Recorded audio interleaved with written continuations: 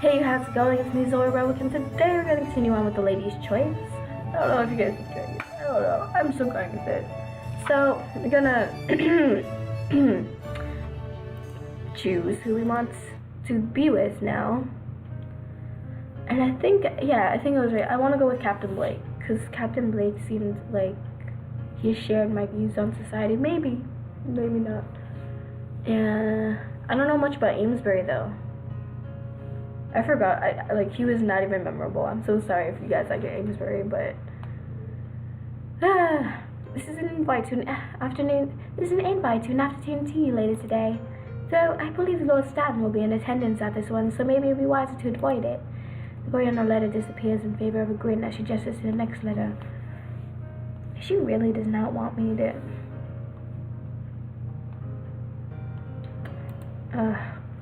This is a letter to a dinner party this evening, hosted by Lady Huntington. I do not want to read her. And in honor of the military being down. So that means that's where Blake is going to be, right? But I don't want to be with her. She's very, very, very mean. I don't like her. I don't know. Colonel Foxley. Oh yeah. Colonel Foxley will be there, along with that captain friend of his. So next one's gonna be the Amesbury. Who the heck is Amesbury though? I don't really even know much about him. Stanton is that guy that no one likes, and because his family is corrupted or something. And then Blake is the military guy who doesn't like society. But who the heck is Amesbury? Captain Blake. Yes, him. She touches the final invite. This is to a picnic hosted by the Kitterings. Okay. She passed a little thought. They're not the most known family, but they do always bring the most delightful spread of food, so the event is quite popular. A few families always attend, the Fishers, the Sterlings, and the Amesbury boys if they're in town. With Mr. Amesbury. She gives a nod. Yes, I believe it's the only son in town this year, is it not? I don't know. I don't know. What?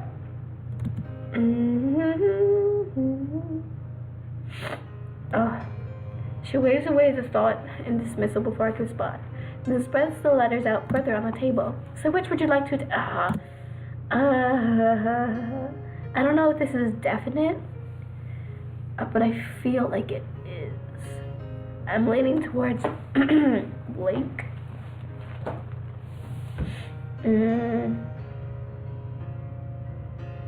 Then also do I want to know more about Mr. Amesbury? I'm just gonna... Sure. I think the dinner party will be best. I'm in complete agreement. I wonder why that would be. Oh yeah, that's true. I heard you guys there. So I'm hoping you too, Arabella. To be at one of Lady Huntington's event will put us in the best society for the season. That's not what I want. There are but a few who get invited to such events. This snubbing invitation would have been unwise. Oh, okay. So I shall also admit, I do so hope the colonel asks me to dance again. Her bright warm smile seems to encase her entire body. What of your engagement?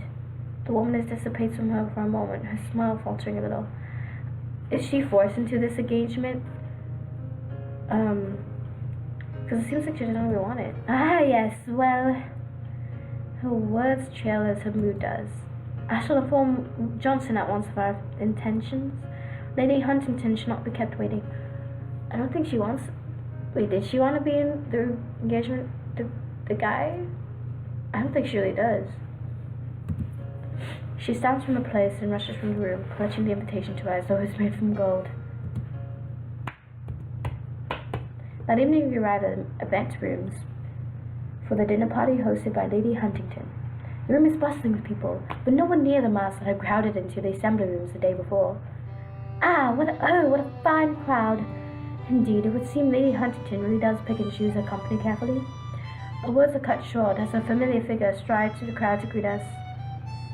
We give polite curtsies, though once again, Lady Huntington's not. Isn't that rude though? Like she's a hypocrite. So she says, you do not have good manners. And I'm just like, but you don't have good manners either. Like, I curtsy at you, you curtsy back. It's just how it goes. She snaps her fan, shouts and glances over us for a long moment. Wait, why can't we change our clothes? We were just wearing the same clothes as yesterday. How delightful you could attend this evening, Lady Ashbourne, Miss Buttersworth Hute. No, I do not believe... Oh, so I do not believe that the invitation from me should ever be rejected. Though she addresses us both, and her gaze remains fixed on me.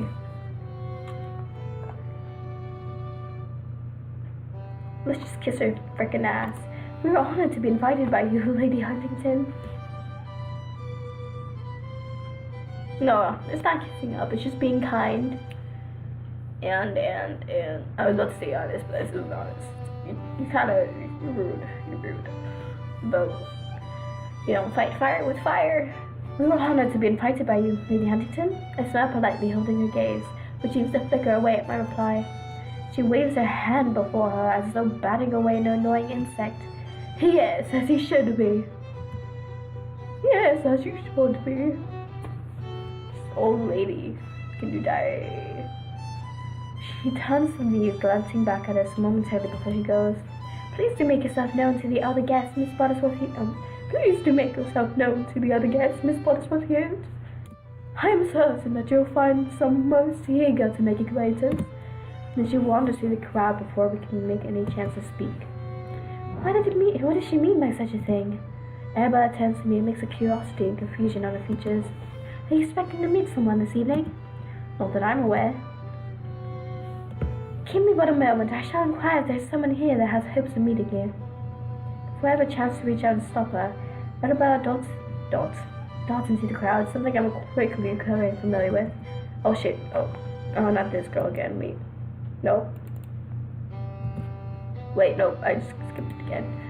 I'm left standing alone for a few moments before I notice a bright familiar face struggling through the melee towards me. Miss Buttersworth here. Good evening, Miss Widow. We both drop into small curtsies before this girl sidles closer to me, excitement radiating from her. Oh, Miss Buttersworth here. I have such gratitude to give you. What are you doing? What could you possibly mean? I've been tasked with giving introductions to you by her host's most untouchable son. Such a man would not even pass me a glance if he had not seen that we had spoken at the opening season ball. Come. Yeah. She curls her arm into mine and begins leading me to one of the other rooms in the event hall. Oh, she's gonna kill me. No, I'm joking. There are fewer people here, the music fading a little so that as the chatter grows louder. Only a few men slump on armchairs, a choking fog descending from the pipes. One of these men steps out from the smoky plumes and saunters to stand before us. Did we meet this guy? I feel like we did. Lord Huntington, right? He was the guy. I was thinking in my head that he looked like a werewolf. Lord Huntington, may I present Miss Jane Buttersworth here. He bends in a stiff bow and I give a polite curtsy. Go back. Oh, wait, is he the son of that rude woman? Bro, if I married you and my mother-in-law had to be her. Nope. Bye-bye. This widow grasps my arm a little tighter to whisper to me, so I'm certain her excited words are audible enough for the Lord Huntington to hear. He asked to be introduced to you specifically. He asked to be introduced to you specifically. Oh, how I wish I had caught the attention of such a man. He offered an awkward smile to Lord Huntington, his face contorting slightly at her words. He looks down his nose at Miss Widow. Oh, he's rude. He's rude. But then again, she was little. Introductions have been made. You may leave. Miss Widow's face drops off. She does not hesitate before sulking away back to the bulk of crowds. I have heard much praise of your family. Miss Buttersworth here. It is good to meet the heir of it. Oh, he just wants my money. Bye-bye. His words catch my attention again. I'm turned to find him standing a little closer. I'm sure that, like your mother, you'll make a lasting impression. I thank you for the compliment to my family, sir, and I return it to yours. I have heard many things of Lady Huntington. I don't care to mention that they may not have been the best things. Indeed, oh, that is a creepy face that I do not like. Indeed, she is a formidable woman and can run our family well. And I'm to take charge of my family name and its future with others. Sudden leering makes me uneasy, but I do my best to remain unfazed. I clear my throat a little and collapse from the room. You're quite the gathering tonight, Lord Huntington. It is good of your family to host such an event in honor of the military. My throat is dying, I'm so sorry.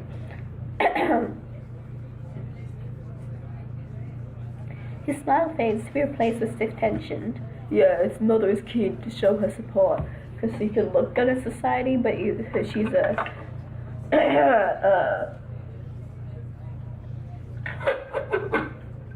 sorry, drink water. So, yeah, female dog. More like Bitchington. Sorry. As we should all be. He doesn't respond, though. He straightens himself further. I try not to break the silence. The awkwardness of it weighing against me, and I have not yet found an excuse to leave. Yours is the first introduction I've had tonight, so I thank you for that. He flicks his gaze to mine, its quick action making me flinch, but... well, I only wish to be a benefit, Miss Buttersworth you. I feel like he's gonna kill me. And being in my company shall open up many avenues of society to you. His hand suddenly darts out, wrapping his long, cold fingers around mine. Get your hands off me. I shall make it my duty to open myself to you at all events we encounter each other, which I'm sure will be most all of them. I kind of regret coming here. Where is Blake? And my eyes widen further as he brings my hand up to kiss it. Okay. I thought he was gonna put his hand somewhere else. Such an act is quite the declaration in the middle of a public event. I drop my gaze about the room, thankful that so few people are paying attention to us. I think I want to. But then again, he might be, who cares?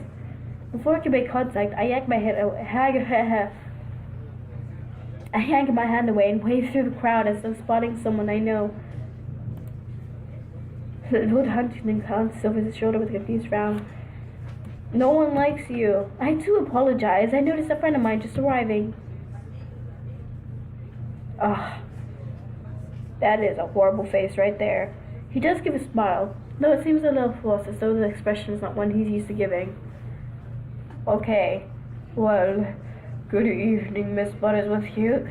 He gives a sharp bow when before leaving, he passes his gaze over me. Glances in the same way someone might inspect an ornament to see if it will fit in a glass cabinet. So basically that's poetry for he wants to marry me, but I don't know why. Because I'm pretty? Because he's already rich enough, isn't he? When he finally disappears from sight, I let out a long breath. The pompous air in which the child carries himself and his treatment of Miss Witter is exactly the kind of behavior, that made me leave society in the first place. I am thankful to spy Arabella making her way way over to me. I see you've had the pleasure of introductions with Lady Huntington's son. It was not a pleasure. It was hell.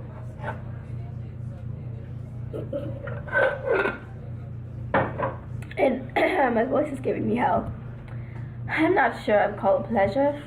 You may wish to act with care on that man from now on, Jane. I've overheard Lady Huntington speaking of a son's intention in securing a wife. Yeah, I knew it. He's not incredibly wealthy and well titled. Oh wait, I thought Is he not incredibly wealthy and well-titled? I'm surprised at your caution. Oh, that's me. You should not jest about such a thing. Many men are buffoons, but I do not believe he is such. He has been waiting for his chance to head his family, and has developed a rather cold, callous, and calculating reputation whilst doing so. I do not want this guy, and I hate my voice. I'm always watching. Meg without me. Always watching. Sorry. This won't be that good. I'm sure it's a little interest in taking on someone such as me, but I'm barely known. And that might be exactly why he wants to take interest. You dismiss your family, wealth, and connections far too easily. She suddenly smiles from away. But that doesn't make any sense. If I'm not well known, why would he want?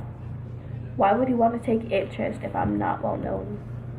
That doesn't make any sense. She suddenly smiles from away. But I shall not bore you with this talk any longer. We are here to find merriment, and merriment we shall have. We wander from the smoke-filled room. Cancer. Slow cancer. Back into the one we originally entered. Where is Blake? The atmosphere is once again much more cheery, with loud chatting and bouts of laughter. Looky there! Arabella gestures through the crowds. I just noticed a flash from bright red uniform.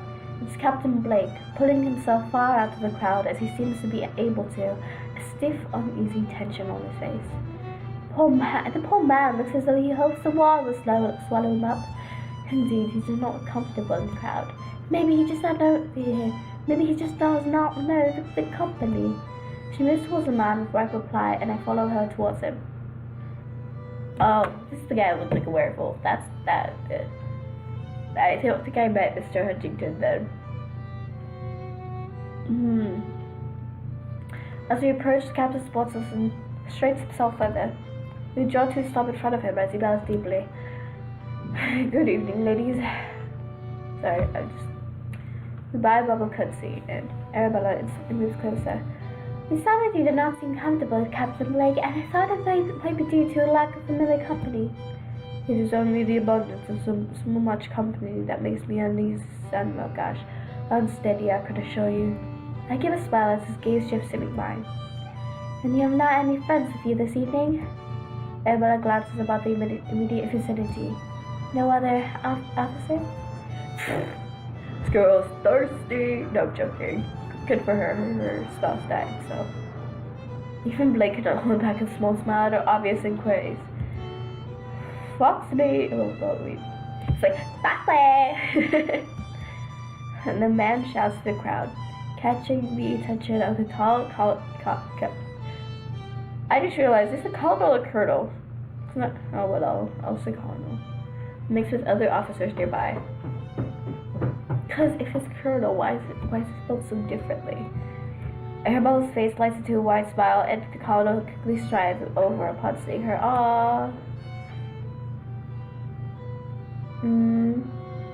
Lady Ashmore, I mean Arabella. She almost vibrates with excitement, as is correction to using her first name. Miss Blood is with you. Oh, you're rude. I'm joking. I'm not interested. I'm interested that over there. We exchanged formalities. What a delight to see you here.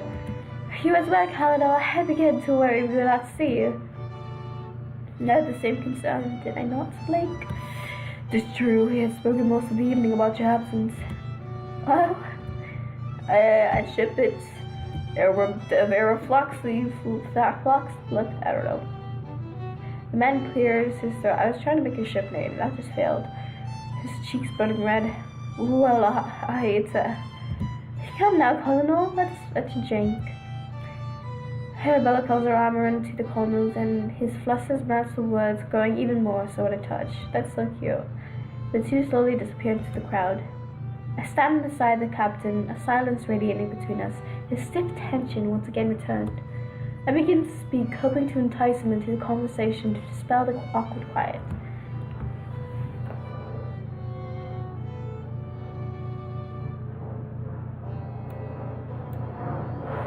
I enjoy bath so far, Captain. I don't think that was a good question to ask, because he doesn't like it, right? He flicks his gaze to mine, holds it for a moment, then glances back to look at the crowd. Wait, let me go back. I don't want to ask him about that. Arabella and the colonel certainly seem to get along well. Yeah, you know it. Oh wait, what just happened? I think I pressed too much. He glanced at me for a moment before fixing his gaze back on the crowds. Okay. Yes, I believe they do. He paused silent once again and I wait for him to continue. But he doesn't. That's good. Okay, that was an awkward thing. You do not look as though you wish to attend tonight's gathering. He looks to me for a moment before glancing back to the crowds. You're mistaken. I did wish to come tonight. He falls silent. He's just gonna be quiet. Okay. Which one is he not gonna be quiet with?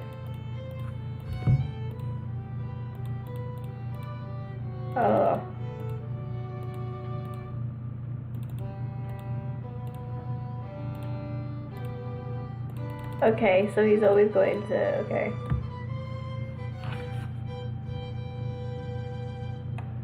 I'm gonna ask if he's enjoying. Enjoying bath so far, Captain? Okay. That's good. I should my wheeze a little. I do, but as I do, I fortunately manage to catch Lord Huntington's eye. He begins slithering. This neck is a slithering snake. He begins slithering his way through the crowd towards me. A sudden panic seizes my being. Before I'm able to devise a plan of retreat, the man comes to stand for us. Aw, screw you, man. No one likes you. I don't like your sideburns. Blake's is cooler. Blake, what? Blake's are cooler. Da da da.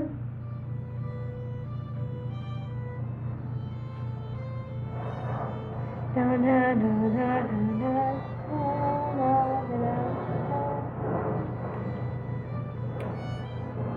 Okay, I just realized. Just giving my voice a break. I do have my best voice smile as he bows. I notice he completely ignores Captain beside me. This guy needs to back off. Like, why? I still don't understand why he wants to be with me. Miss Buttersworth here. Miss Buttersworth here to say that though you are not being well attended. I will correct this with my own esteemed company. Let's learn about this room, perhaps. The fact that a man such as myself has chosen you to walk with will not go unnoticed, I promise. Oh, Lord Huntington, how thoughtful that. I glance about desperately, hoping to think of an excuse. My gaze can find only the captain, standing as though he has not even noticed Huntington's presence.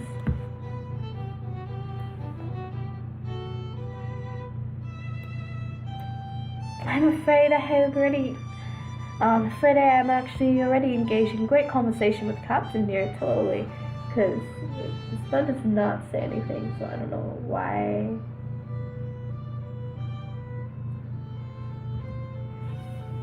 It's only now the captain glances towards us, though I cannot help but think he had overheard everything already. Oh, oops. I swallow hard, widening my eyes, hoping he'll understand. For a long moment, he simply looks at me. Before finally he turns to Lord Huntington and shuffles over closer beside me. Thanks, man.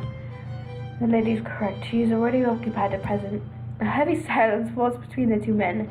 So heavy that I almost forget there are other people in the hall.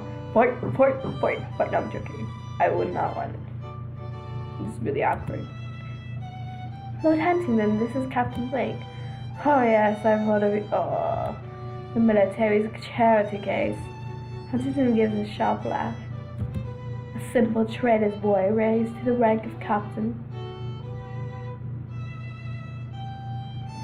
What do you mean?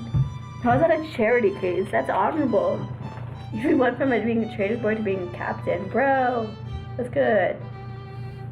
Good for him. What the hell, you didn't even earn your title.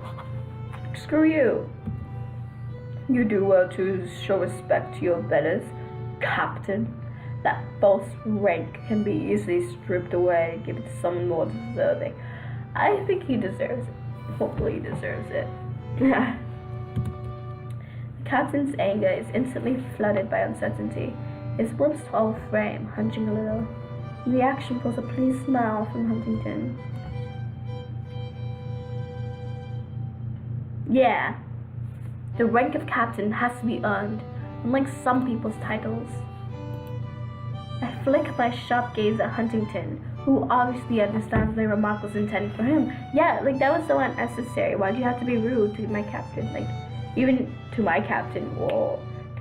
Sorry. But even if, like, we weren't involved in anything, that's like... I really don't like this guy. The captain strains himself at my words, standing once again tall and proud. Yeah, there goes my man. He offers his arm out towards me, which I take, and we head off about the edge of the room. When we can no longer see Huntington, Blake turns to look at me, a smile brightening his handsome features. I'm grateful for your intervention, Miss Butterfield. Wait. What were the other options? Shall we continue about the movie, Captain? Yeah, because if we just ignore it, I feel like guys like these, like Mr. Huntington, they deserve to be put in their place. And if I just said you should hold your tongue, Huntington, that would be like, oh, you're saying that hold your tongue because you're saying the harsh truth, but he's not. Okay, you're welcome, Captain. There's a few moments before I speak the question that hangs in the air. Oh, that hangs in the air between us. So, you were not born into society? He glances away and I can feel his arm beneath my intense. I was not. Suddenly his uneasiness in these gatherings makes sense. No wonder he seems so out of place. He suddenly draws to a stop. Stop. Shit. Yeah. Withdrawing his arm from mine. My promotion into this world has only been recent, as many know. As such, I will understand if you should prefer to return to better-known company. You're funny. If I'm only accomplished such a bar for making new friends, I will decide my company based on my decision, not what they may think. But don't be silly, Captain. I'm happy to remain here with you. Hop. Hop. Hop. I don't know what to say to him. Because what I say is going to... Okay. Don't be silly, look.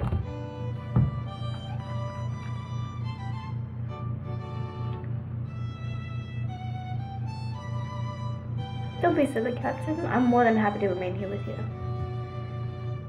His brows arch in surprise for a moment before he gives a genuine smile. That is somewhat unexpected, but most pleasing to hear. You should always expect to hear the worst, Captain.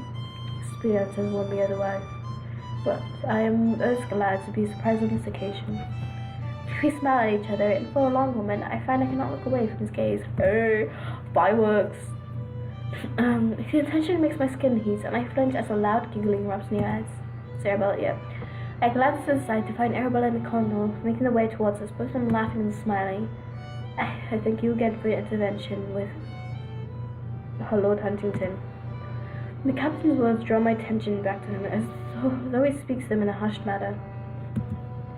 As though I thank you for your help with him also.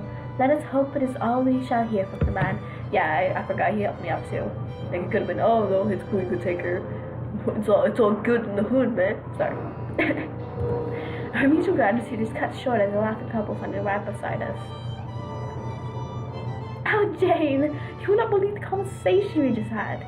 From what I can tell, it must have been a most amusing one. Indeed it was. Arabella is the most delightful companion. I forgot this guy's voice. For talking and conversing, she is a most wonderful speaker. You flatter me too much, Colonel. The rather obvious flirtations passing through between the pair is nearly enough to make you blush. Foxy snaps himself from staring at Arabella, turning to his fellow officer with a smile. What of you, Blake? I notice you actually involved yourself this evening. The captain glances off to the side, obviously a little uncertain of his friend's teasing. I do enjoy these events too, Foxley. They really could have fooled me. I I assume the officers are attending most of these events this season. Oh shoot! I coughed and I pressed the button there. Okay. A frown settles on Foxley's brow. I'm afraid the regiment will leave you. Oh, you must be jesting, Miss Colonel. I wish I was sorry, but there are no suitable lodgings right in it to remain. Surely there'll be. What am I saying? Surely there must be big enough accommodation somewhere in town. We had hoped there would be, but this season is very busy. Summer quiet falls over the group, and I can't help the pain, disappointment that settles in my stomach. Even more so when I glance up to the side to meet Blake's eye, the same expression upon his face. What?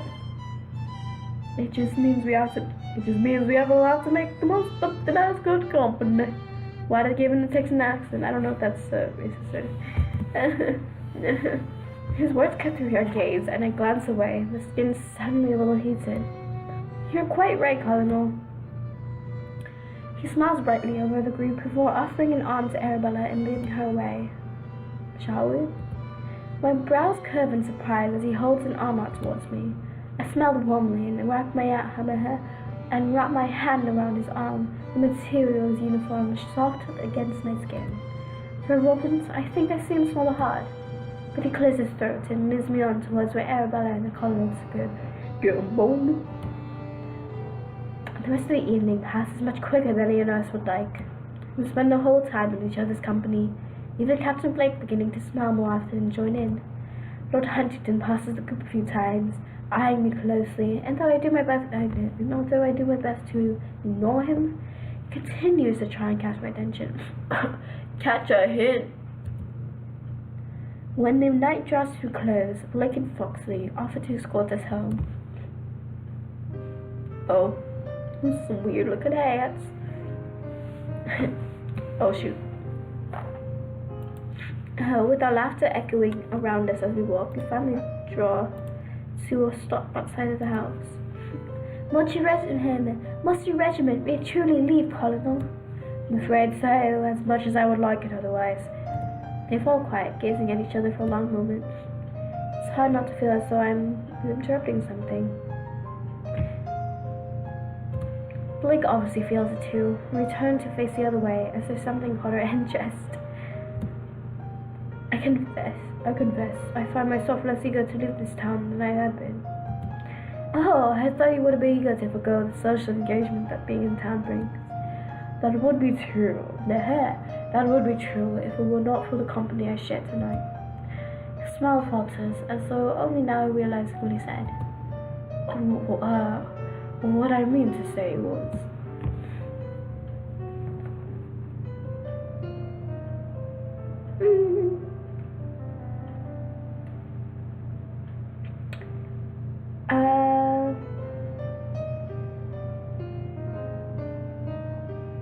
I agree.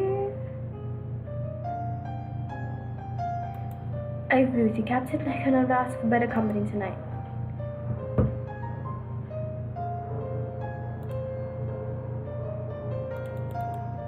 What? Don't falter on speaking your mind, Captain. I shall certainly not hold back in doing so.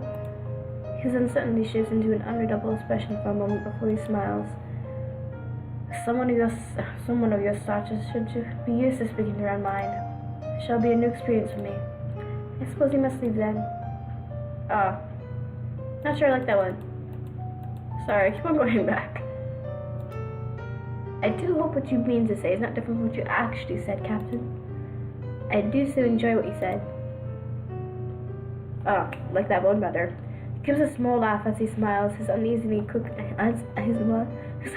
uneasiness quickly washed away. You are quite a way with words. I shall take that as a compliment. Then it would seem I am paying you many compliments tonight. I suppose you must leave then. Arabella's voice cuts through the air, shaking me from my conversation with Captain. Wait, was that Arabella? Oh, I thought it was me. I suppose you must leave then. Arabella's voice cuts through the air, shaking me from the conversation with the Captain. I'd almost forgotten we were still in company. Foxy gives a nod, and Arabella slowly removes her arm from his arm. His arm. Her arm from his arm. Arm. Sorry. So removes her hand from his arm. I do the same with Blake, so I notice he extends his arm, so to keep my hand on it for a little while longer. He quickly shifts himself straighter, collapsing his hands behind him. I truly hope we will meet again. As do we, Colonel. They give deep bows. Blake catching my gaze as he stands.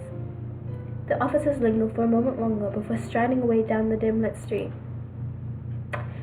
Well, I'm not going to pretend that I should not be saddened by their absence. I smile at her as we turn to head inside, hoping it will lift his spirits a little. You and the Colonel suddenly seem to become fast friends. I do not believe I was the only one to make such, but I suppose it matters. But I suppose it matters little now, though the rest of the season will definitely be a little more dull. We head inside to bed, the excitement from the evening, and a solemn goodbye, draining what little energy I have left. Okay, that's it for this video, cause my voice is dying. Gotta go drink some water and eat some food, cause I'm hungry and it's past lunchtime now. Okay, that was horrible. Hope you're enjoying the series so far. Thank you for watching. Till the next. Bye.